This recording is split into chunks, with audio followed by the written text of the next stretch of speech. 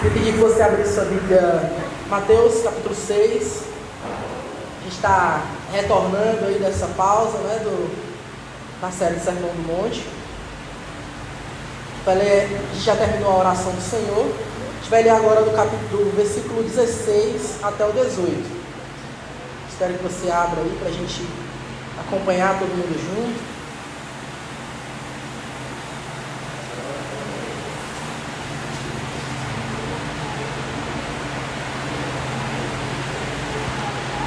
Mateus 6, do 16 ao 18. Diz assim a palavra do Senhor: quando jejuarem, não mostrem uma aparência triste, como os hipócritas, pois eles mudam a aparência do rosto, a fim de que os outros vejam que eles estão jejuando. Em verdade lhes digo que eles já receberam a sua plena recompensa. No entanto, quando você jejuar, unja a cabeça e lave o rosto, para que não pareça aos outros que você está jejuando, mas apenas ao seu Pai, que vê em secreto. E o seu Pai, que vê em secreto, o recompensará. Hein? Gente, como a gente vem falando aqui, né, nesse capítulo do Sermão do Monte, aqui nesse capítulo de Mateus, aqui nessa etapa do Sermão do Monte, se vocês observarem, a gente vai voltar, que a gente deu essa diminuída no ritmo, né? E aí foi tratando a oração do Senhor, frase a frase, né? Ali, petição a petição. Então a gente passou um tempo maior ali no que diz respeito a como nós devemos orar. Mas se você reler o capítulo 6, aí o começo do capítulo 6, você vai perceber meio que um padrão aqui. Jesus, ele, em Mateus aqui capítulo 6, a gente vai ver que ele está tratando sobre a motivação da vida espiritual da pessoa.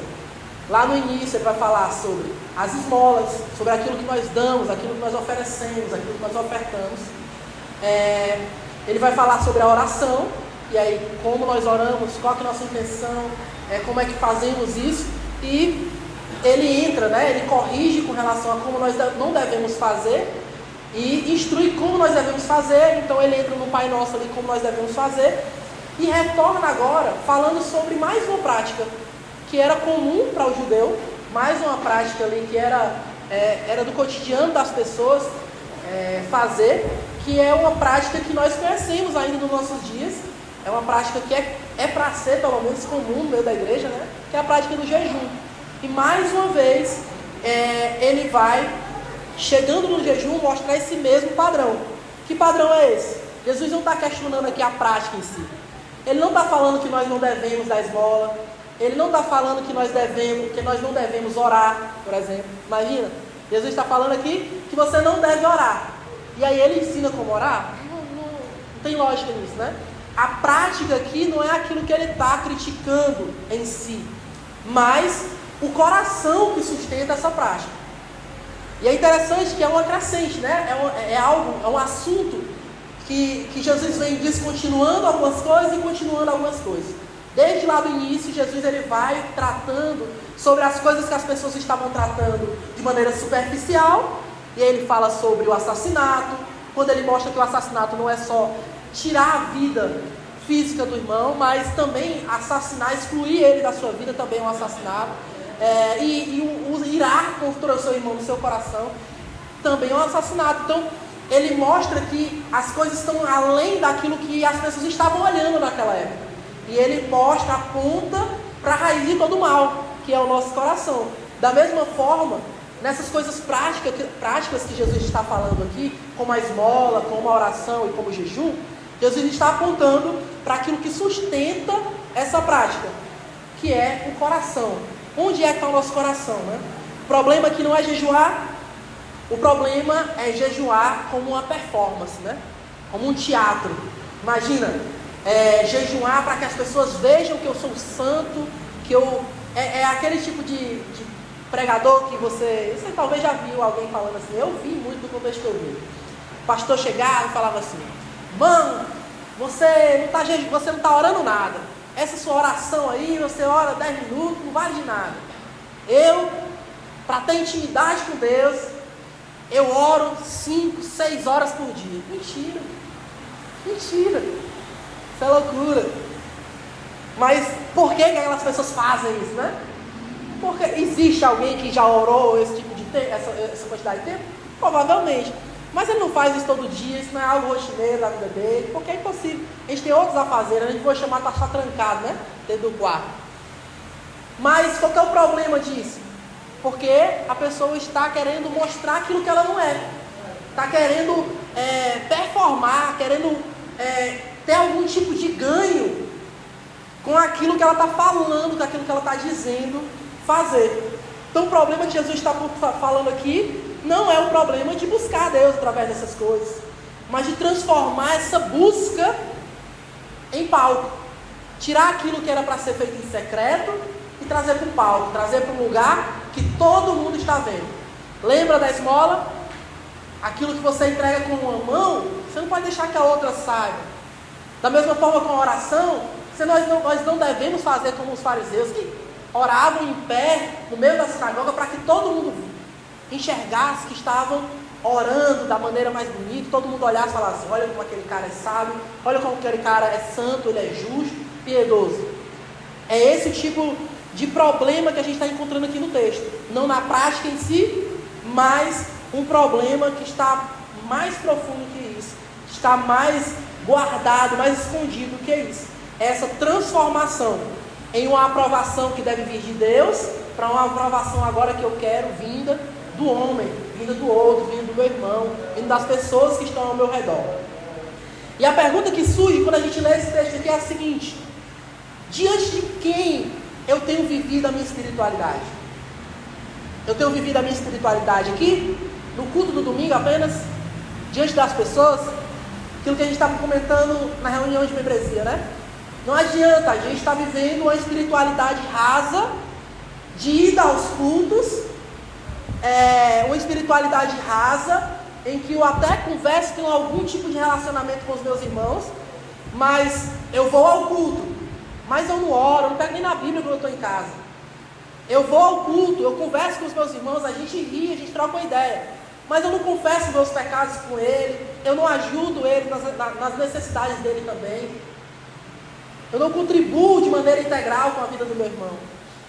Então, onde nós temos vivido a nossa espiritualidade? Diante das pessoas ou diante de Deus? Porque o convite que Jesus está fazendo no Sermão do Monte aqui, que antecede a essas palavras aqui dele, é que nós devemos, a nossa justiça, ela deve estar acima da justiça dos fariseus, da justiça daqueles que conseguem julgar aquilo que vê.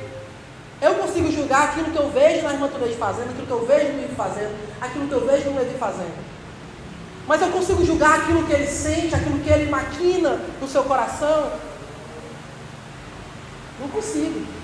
É aí que mora o perigo. É aí que a situação complica. É aí que as coisas... É aí que a gente consegue enxergar a religiosidade, o legalismo nas nossas vidas. Diante de quem nós temos vivido a nossa espiritualidade? Isso é um problema que a gente precisa enxergar. Se a gente não enxergar esse problema, ele pode corroer nós por dentro, como cristãos, como indivíduos, mas também como comunidade de fé.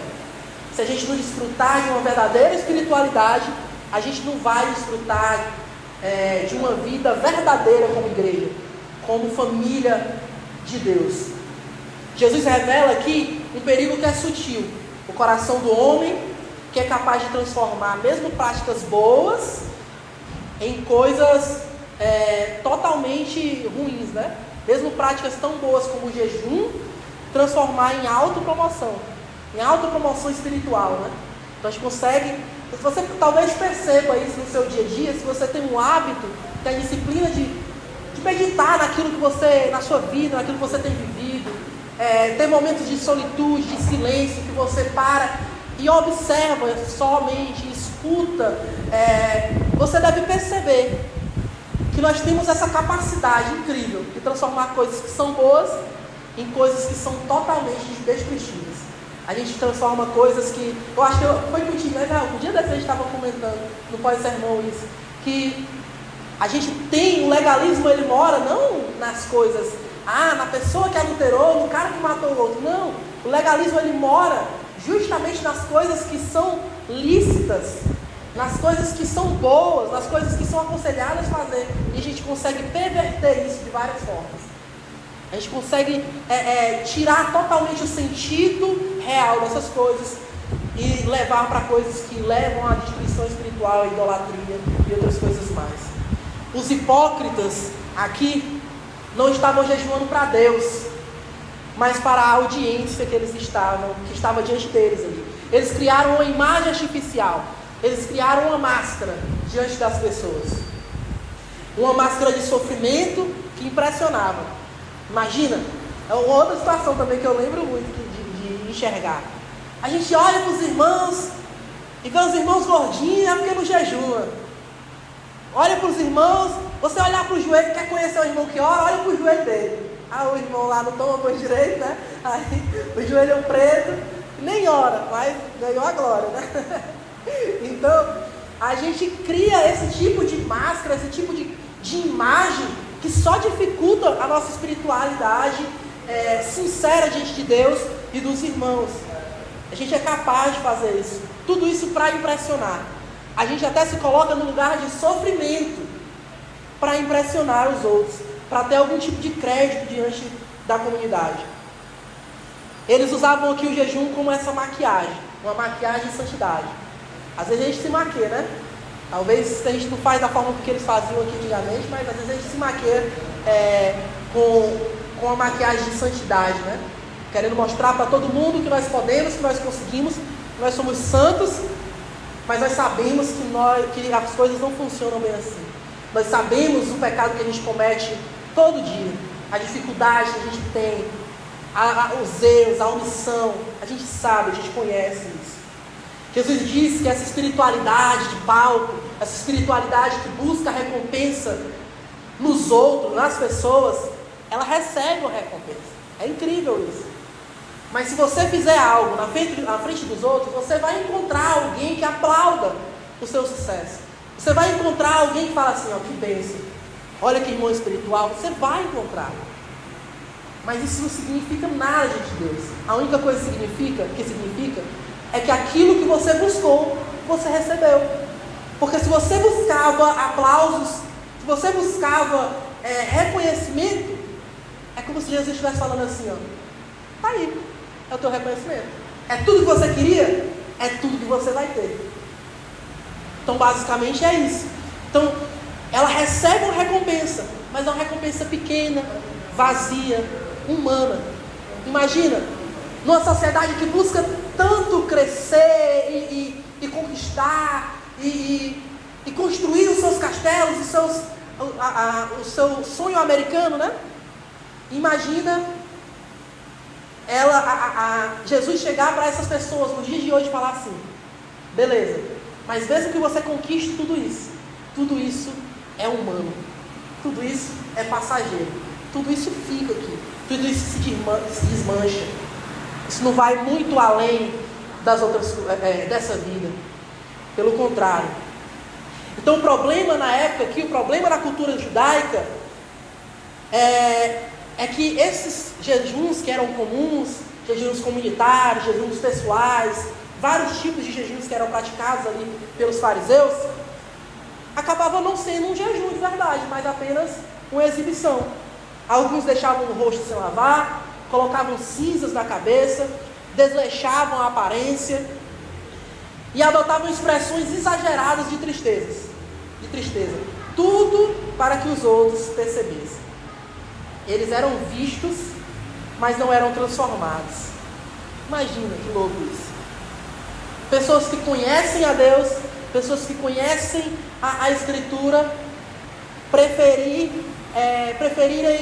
ser vistos do que ser verdadeiramente transformados, verdadeiramente livres. Porque às vezes a gente acha que a liberdade está no fazer tudo o que a gente sente vontade de fazer.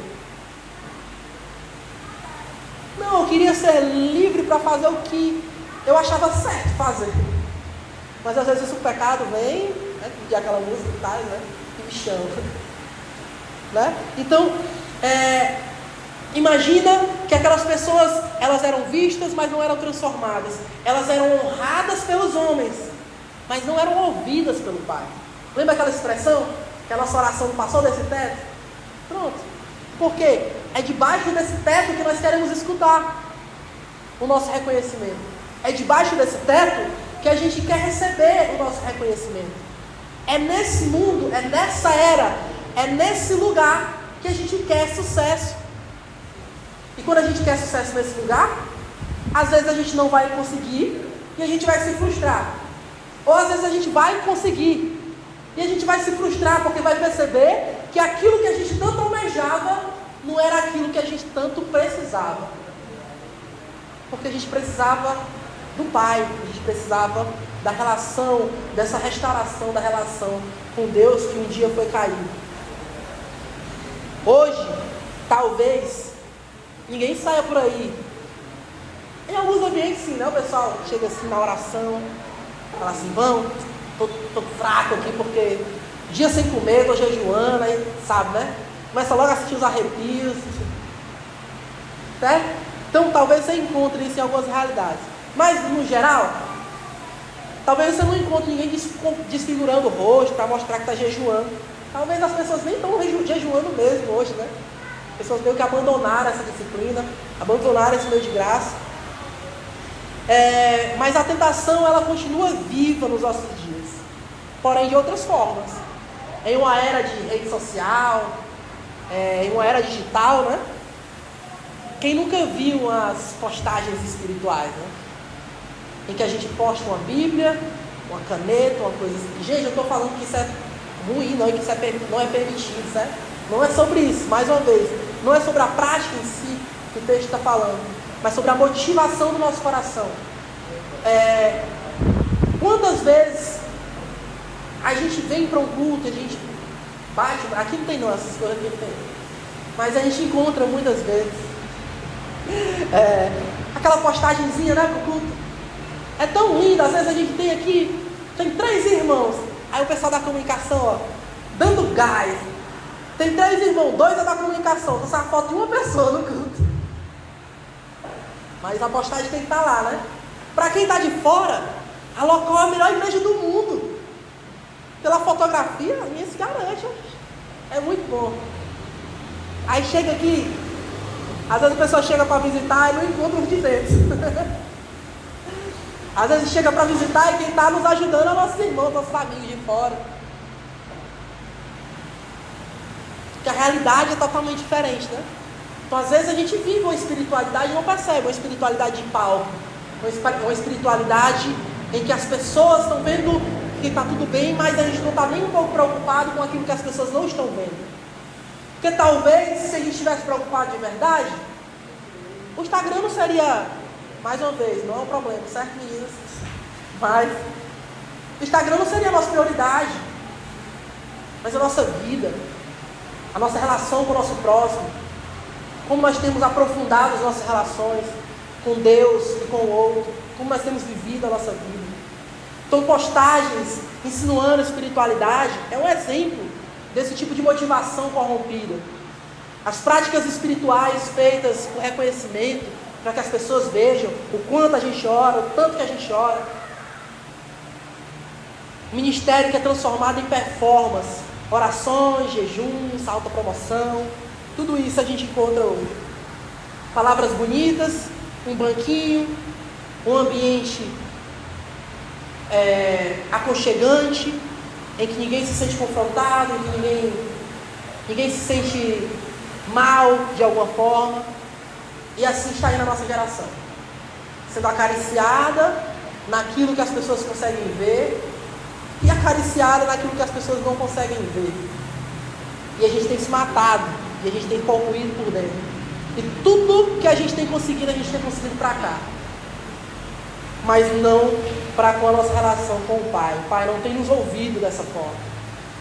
Vivemos uma geração onde tudo é mostrado, tudo é publicado, tudo é comentado, inclusive a nossa vida espiritual. E a pergunta continua, né? Por que fazemos o que fazemos? Por que nós fazemos dessa forma? Por que nós fazemos o que nós temos feito? Por que nós temos tido uma conduta diante de Deus? Não é diante dos homens, diante de Deus. Por que nós temos esse tipo de conduta? Eu escutei algo esses dias, estudando para esse sermão, estava lendo o livro. Eu não vou saber dizer exatamente, mas tem um grande pregador, o nome do cristianismo clássico, assim. Eu não sei se era Lutero que falou isso, mas que o nosso dia, a gente tem tanta coisa importante para fazer, a gente tem tanta coisa para resolver, que a gente não pode sair de casa sem olhar. Ele fala assim, né? Sem orar pelo menos 3 horas, para se preparar para esse tanto de coisa que a gente tem para lidar durante o dia. Aí qual é que é o problema da nossa época? A gente tem tanta coisa para fazer, que a gente deixa de fazer aquilo que deveria para fazer aquilo que a gente acha que tem que fazer. E aí, depois disso daí a gente já sabe, né? Depois disso daí não tem como a gente esperar bons frutos. Não tem como a gente esperar uma espiritualidade verdadeira.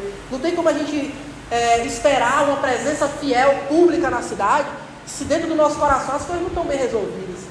A gente só está acumulando ali as tralhas, né? No nosso coração. Só acumulando, colocando, guardando no quarto escuro e dizendo, não está ali, não está ali, não está ali, não está ali. Se eu não estou vendo é porque não está ali. Mas tem uma hora que isso vem, tem uma hora que isso pede a conta. E a nossa religiosidade não vai ser suficiente para segurar isso. Essa corda vai romper. Esse barco vai afundar. Em algum momento esse barco vai afundar, porque está furado. Para Deus ou para a plateia que nós temos feito isso? Como é que tem sido a nossa espiritualidade? Olhando para o problema da época de Jesus, mas olhando para o nosso problema, que continua sendo o mesmo. O que nós temos feito diante disso? Você consegue lembrar? Essa é uma pergunta para que você reflita. Se você consegue lembrar de coisas que você tem feito, que tem sido para aparecer para as outras pessoas. Isso vai desde uma oração que a gente chega aqui, você já prestou atenção? Quando a gente chama alguém para orar aqui, ou quando a gente mesmo, os pastores, vão orar aqui, parece que essa oração que a gente faz aqui não é a mesma oração que a gente faz sozinho. A gente começa a declarar para Deus, escutei isso, achei muito engraçado esse dia. A gente começa a dizer para Deus quem Ele é, né? Como se Ele não soubesse. Deus, Senhor é bom. Deus, Senhor é sensacional. E aí Deus falou assim, opa, não lembrava disso, né? Não lembrava disso. Porque não há nenhuma espontaneidade na nossa oração. Não há sinceridade, não há verdade. A dor que grita no nosso peito, o pecado que tem nos destruído, não está presente nas nossas palavras. Não está. Então, talvez, até numa oração simples, pública, a gente tem falhado nisso. Então o problema vai desde o público até aquilo que é privado. A gente precisa parar e enxergar isso. A palavra de Deus joga luz sobre isso. Para que não seja possível que você ignore mais essa realidade. Será possível que se a gente vai arrastar essa mesma ideia, essa mesma situação por 20 anos da nossa vida?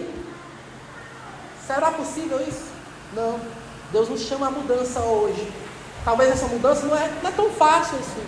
E talvez ela reverbere em voltar a cair em alguns momentos, mas a gente não pode perder isso de vista. Nós somos pecadores. Nós somos falhos. E Deus tem visto isso. Deus que é Pai tem visto isso. E por isso que Ele nos joga essa luz. Por isso que Ele abre os nossos olhos em relação ao nosso pecado. A questão aqui é clara. Existe uma espiritualidade que impressiona os homens, mas não toca o coração de Deus. O texto ele nos obriga a perguntar como fugir da tentação de transformar o secreto que nos foi dado, essa graça que floresce no secreto. Como é possível a gente transformar algo tão bom em algo tão ruim? Como que isso é possível? Tornar isso que era para ser secreto em algo que é apenas um espetáculo. Jesus não apenas ele denuncia que essa espiritualidade exibicionista, né? Que as pessoas vão ver. Ele apresenta aqui um outro caminho, o caminho da intimidade, o caminho da espiritualidade íntima, aquela que é vivida diante do Pai, que vê em secreto. Imagina se eu tenho algum irmão que está precisando muito usar essa questão financeira, que normalmente é a realidade mais próxima da gente, né? Mas algum irmão está precisando, sei lá, de ajuda no aluguel. Ele compartilhou isso com alguns irmãos, compartilhou isso na igreja e tal. E aí eu vou lá e pago o aluguel do irmão. Eu não mando comprovante, eu não digo para o que foi e tal. Quem vai receber a glória por isso? Sou eu? Não. Aquilo que eu fiz em secreto. Então a glória vai ficar totalmente para quem? A quem é que o irmão que recebeu essa bênção vai agradecer? É a mim? Como se ele não me conhece, nem sabe que eu fiz isso? Ele vai agradecer a Deus. Então, essa denúncia expõe isso para que floresça essa graça na intimidade da nossa relação com Deus. Aquela que é vivida diante do Pai, que vem em secreto. Deus não chama os seus filhos para o palco, Ele chama para o quarto aqui. Isso significa que a gente não deve orar em público, a gente não deve, se vai ofertar na vida do irmão, mandar um comprovante para comprovar que caiu o Pix lá, sei lá. Não, não é sobre isso que a gente está falando. A gente está falando sobre o coração, lembre disso, sobre as nossas intenções. Não chama, Ele não nos chama para os aplausos, mas para a comunhão. E o texto revela aqui 3 básicos desenvolvimentos dessa graça, que nos convida a de volta a essa simplicidade. Uma simplicidade que é a verdade na devoção, e não mérito, e não créditos para nós. A primeira coisa é que essa graça, ela corrige a nossa motivação, certo? Primeira coisa, antes de qualquer coisa, nós precisamos ser corrigidos, e essa graça, ela nos corrige. A correção, a exortação é graça de Deus para as nossas vidas, porque se Ele nos deixasse aos nossos próprios desejos, aí sim estaríamos perdidos. Mas a graça de Deus nos corrige essa motivação. Jesus começa dizendo, quando jejuarem, ou seja, Ele espera que os seus discípulos pratiquem essas disciplinas espirituais, mas com a motivação correta. A graça, ela nos liberta dessa ansiedade por reconhecimento. É bom, meu irmão. Pensa num negócio que sacia o nosso ego. É quando a gente faz alguma coisa, alguém chega e fala assim, obrigado, meu irmão. Que bênção. Você é louco, a gente vai pregar nos outros cantos assim, o pessoal chega e fala assim, ô meu irmão, obrigado por essa palavra. Que bênção. Rapaz, muito obrigado por ter vindo aqui. Pessoa que não conhece nem a gente, não sabe os defeitos da gente, agradece. Não daqui não, daqui. Bota pra moer. Mas, quando a gente chega fora, acontece isso. Aí o ego dentro do coração chega e fala assim, a gente tem que ficar falando assim, ó, só lhe dá glória, não é formado, né? Só lhe dá glória, só lhe dá glória. Repetindo um monte de vezes para ver se não esquece, né? A Deus somente a glória. Não caiamos nessa tentação. A graça, ela nos liberta dessa ansiedade. E ela nos livra do peso de parecer piedosos. Meu irmão, se tem uma coisa que nós somos chamados, que nós não fomos chamados como igreja, é parecer piedosos. A gente não foi chamado para isso.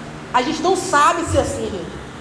É por isso que a gente cai num monte de tentação no meio do caminho. Legalista, moralista. Porque a gente está tentando fazer aquilo que nós não somos chamados para fazer. Que é parecer crente. O que é parecer crente? No meio de um monte de gente, Jesus chama os discípulos ali, o pessoal tudo desmantelado, aí chama um pescador, chama um cobrador de imposto. Umas coisas loucas assim que não tem nada a ver com outro. Como é que a gente consegue parecer crente? A gente tenta fazer isso, a gente começa a criar um monte de regras, a gente começa a criar um monte de rito, de um monte de coisa, que mais uma vez, quando os ritos estão cooperando, beleza, mas quando estão atrapalhando, é melhor que tirem. Então, nós não fomos chamados para aparecer, nós somos chamados para ser fiéis. E uma fidelidade que nós não conseguimos fazer sozinhos, e até nisso nós não conseguimos ser. Porque nós precisamos da ajuda do Espírito Santo de Deus nas nossas vidas. Parece que a gente esqueceu que a gente não está só. A gente esqueceu que Jesus foi, mas que Ele não nos deixou só. Ele não nos deixou só. E a gente olha para o pecado e a gente fala assim, eu não consigo. A gente está falando assim, ó, Deus não tem poder para transformar essas coisas. Deus não tem poder para mudar essa realidade. Nós não fomos chamados para aparecer ou para querer algum tipo de retorno na piedade do palco. Em Cristo, nós não precisamos provar nada para ninguém. Não precisamos. Quando você se desliga dessas coisas, fica muito mais fácil você chegar para o seu irmão e falar assim, irmão, eu preciso da tua ajuda. Meu irmão, eu pequei. Meu irmão, eu preciso disso. Meu irmão, me ajuda nisso. Ó, eu não estou lendo a Bíblia, eu preciso de ajuda para caminhar nisso daqui. Ó, é o seguinte, eu estou tendo uma dificuldade de lidar com esse irmão aqui, porque ele vota num cara e eu voto no outro. Eu não consigo admitir isso. Porque para mim deu um tal esse negócio. Ó, eu não consigo suportar os filhos dessa irmã aqui, porque ela não faz nada em relação aos filhos. Ela não faz nada com relação às crias dela. Ó, me ajuda a resolver esse B.O. aqui. Essas coisas ficam muito mais fáceis quando a gente não quer aparecer. Quando a gente não quer parecer com nada. Não quer ser regulado pela régua de ninguém, mas pela régua de Deus, né? Que deveria até fazer mais medo, né? Em Cristo nós não precisamos provar nada para ninguém. Nós não precisamos criar esse teatro espiritual. Nós somos chamados para buscar a Deus pelo prazer da presença e não pelo olhar das pessoas. Não é obrigação, não é o que as pessoas vão achar se eu não vier mais para o culto, não é sobre isso. É sobre o prazer que eu encontro na presença de Deus. Quando eu vejo que o meu pecado está no meu coração, não no coração do meu irmão, o meu pecado está no meu coração. Antes de qualquer coisa, ele nasceu aqui. Quando eu vejo isso, e eu encontro em Deus essa dependência, e eu aceito de Deus essa correção, as coisas ficam bem encaminhadas para essa mudança. A graça, ela restaura o secreto. Ela nos corrige, mas ela restaura o secreto. Ela nos chama de volta para a intimidade. Jesus diz: arrume o cabelo, lave o rosto. Não precisa aparecer para ninguém, resolve esse negócio aí. Para de besteira. Em outras palavras, viva normalmente.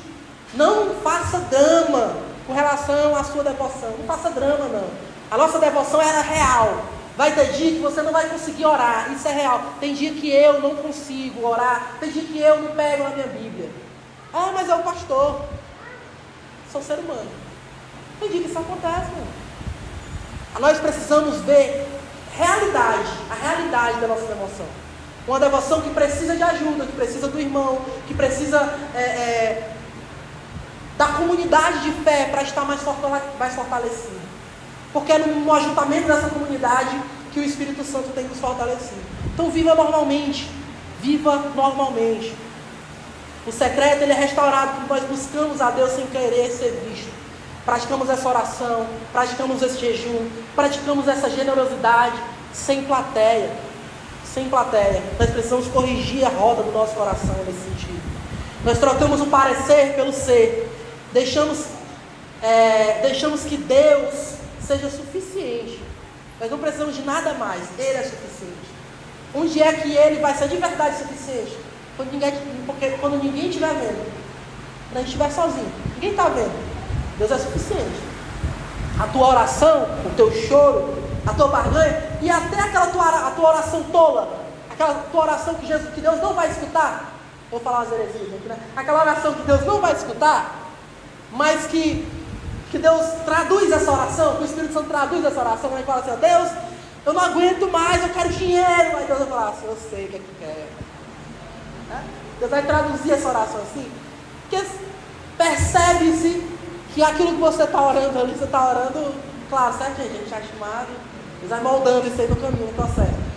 Mas se você faz isso no público, a realidade e a sinceridade do seu coração não vai acontecer. O Pai vem em secreto, e isso basta. As disciplinas nos colocam diante de Deus para que Ele faça conosco o que Ele quiser.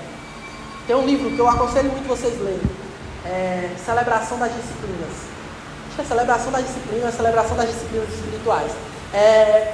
O nome do autor é Richard Foster. Um dia a gente vai comprar, botar esse livro aqui para todo mundo ter acesso.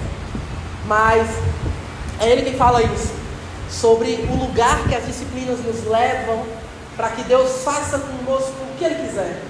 Isso está dizendo que Deus depende de que a gente esteja nesse lugar? Não, pelo contrário, é Ele que nos traz para esse lugar também. Mas nós precisamos estar em um lugar na nossa vida, colocar as nossas vidas num lugar em que Deus seja suficiente e Ele faça tudo conosco. É no secreto que isso acontece, não diante do público. E terceiro, a graça, ela recompensa. É interessante falar sobre isso, né? Porque Jesus está falando que, você não deve almejar essa recompensa aqui que vem dos homens, mas você deve almejar a recompensa que vem do Pai. Como assim? A graça, ela recompensa, sim. E a recompensa aqui, claro, se você for destrinchar um pouco mais o texto, convido você a fazer isso na sua casa, você vai ver as recompensas que são possíveis, eternas principalmente. Mas a principal recompensa que eu consigo ver aqui é o Pai. É a recompensa da presença do Pai. Imagina, diante dos homens, com a intenção corrompida, o Pai não nos ouve. O Pai não nos quer ouvir a situação. Mas no secreto, Ele nos ouve, porque é só Ele que consegue ouvir em secreto. Então no secreto, eu tenho uma presença exclusiva de Deus, do Espírito de Deus me ouvindo. A promessa final, ela é preciosa. Teu Pai que vem em secreto te recompensará. Essa recompensa não é de dinheiro, status ou elogios. A recompensa do secreto é o próprio Deus. Mais intimidade, mais clareza espiritual, mais profundidade, mais sensibilidade, transformação interior, alegria na obediência. Quando é que a gente consegue isso? Quando a gente está em intimidade com o Pai. Como é que a gente consegue isso? Se colocando em contato com os Deus de graça, orando, lendo a Bíblia, meditando, celebrando com os irmãos, louvando a Deus, cantando, jejuando. Vários meios de graça que a gente consegue enxergar. No reino de Deus, o secreto é um espaço onde a graça floresce. Imagina, tem uma situação que é muito interessante observar lá em casa. Deixa eu ver se tem água aqui para mim socorrer. Tem uma coisa que é muito interessante lá em casa, que minha vida é muito corrida, como todo mundo sabe, né? Estava nesse abrindo meu coração e incluir isso. E tem dias que eu trabalho mais do que outros dias, são dias melhores, né, de trabalho na saúde, e aí eu quase não vejo Judá. Então, às vezes, tem dias que eu saio de manhã, ele está dormindo, ou ele foi para a escola e eu estava dormindo, e eu chego mais tarde e ele já está dormindo, por exemplo. Então, o tempo que eu tenho com ele é o tempo ali que eu vou almoçar, o tempo que eu vou, coisa que eu tenho dias que isso acontece. E aí, no dia da folga, nos dias que eu chego mais cedo em casa, aí sou eu que coloco, por exigência própria dele, eu que coloco ele para dormir. Ele dorme comigo e tal. E toda vida tem um ritualzinho. A gente lê uma história, ora, conversa, dependendo, se não for muito tarde, conversa um pouco sobre o dia ali, e aí a gente vai dormir junto. E é interessante como ele valoriza esse tempo. Se tem alguém que valoriza, tem dia que, na maioria das vezes, são histórias bíblicas, né? Aí eu falo assim, Judá, hoje tem historinha não, porque o papai está cansado. Ele fala, não, tem que ter. Aí eu olho assim, misericórdia, pastor. Mas basicamente isso. E aí, observando esse cenário assim, eu vejo que talvez na idade dele, não sei, né? Não tem conhecimento, o psicólogo pode me corrigir, mas talvez ele nem, a valorização dele não é nem na história por si só, mas no tempo que ele tem tido comigo. Porque é o único momento do dia, eu estou aqui, ele está comigo. Eu estou, sei lá, em muitos outros momentos e lugares ele está comigo. Mas tem os momentos que eu estou só com ele. Então ele tem minha total atenção para ele.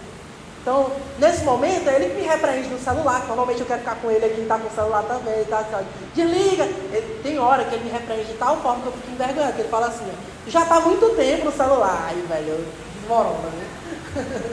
Então, é nesse lugar que está só eu e ele, que ele é recompensado de verdade, com a presença do pai dele. Ele sabe que as outras coisas são necessárias. Eu explico para ele isso. Ele sabe que é necessário o pai dele trabalhar. Ele sabe que é necessário o pai dele pastoreia a igreja, enfim, faz as outras atividades. Mas ele também sabe que existe um momento de exclusividade dele ali. Tem um momento que ele precisa dedicar exclusivamente. Então, viver em oração, meu irmão, é viver o dia todinho orando, como os monges aí. Não. Viver em oração é viver uma vida conectado com Deus, em tudo que a gente faz. Mas não significa que para tudo que eu vou fazer eu oro, em espírito ali eu estou ligado com Deus e tal. E eu eu espero em Deus esse direcionamento, não significa que porque eu faço isso, eu não preciso ter o meu tempo exclusivo. E aí, a gente cai no seguinte: por que os pastores cobram tanto a gente estar aqui no domingo? Na semana eu sou muito crente, eu leio a Bíblia, eu oro, eu até venho para o diáspora, mas é no domingo que a gente tem esse horário, esse tempo, esse dia exclusivo, em que historicamente a igreja se reúne para cantar, para confessar os seus pecados, para agradecer a Deus, para isso ser exortado, edificado. É nesse dia. Então há momentos de exclusividade. Então há momentos que você precisa jejuar, nós precisamos jejuar. Nesse momento, inclusive, de advento, é um tempo que nós somos chamados a isso, um tempo de espera.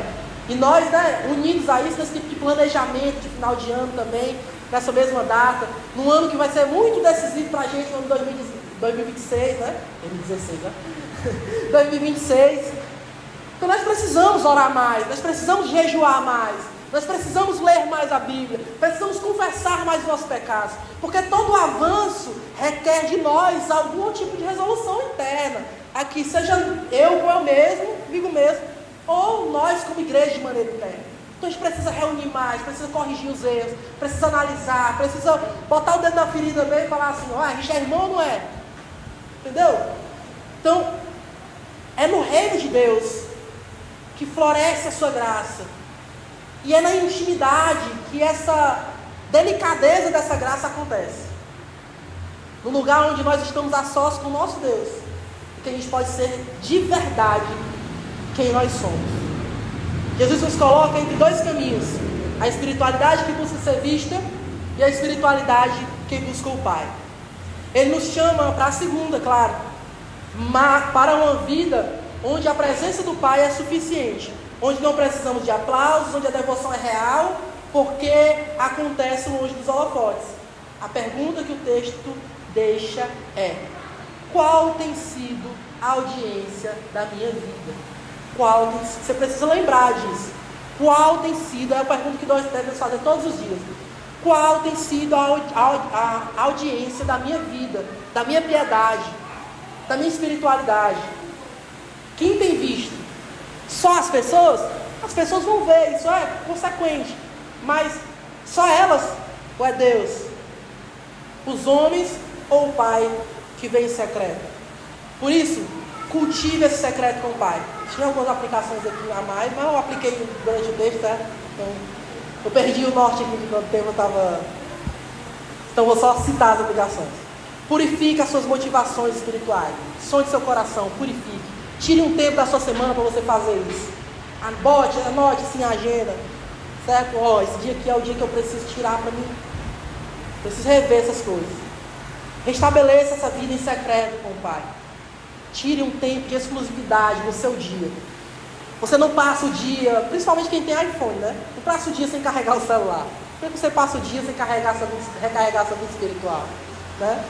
Por que você passa o dia sem ter esse contato exclusivo com Deus e com os irmãos? Pratique jejum com propósito e naturalidade. Jejum. E busque a recompensa do Pai, não dos homens. Amém?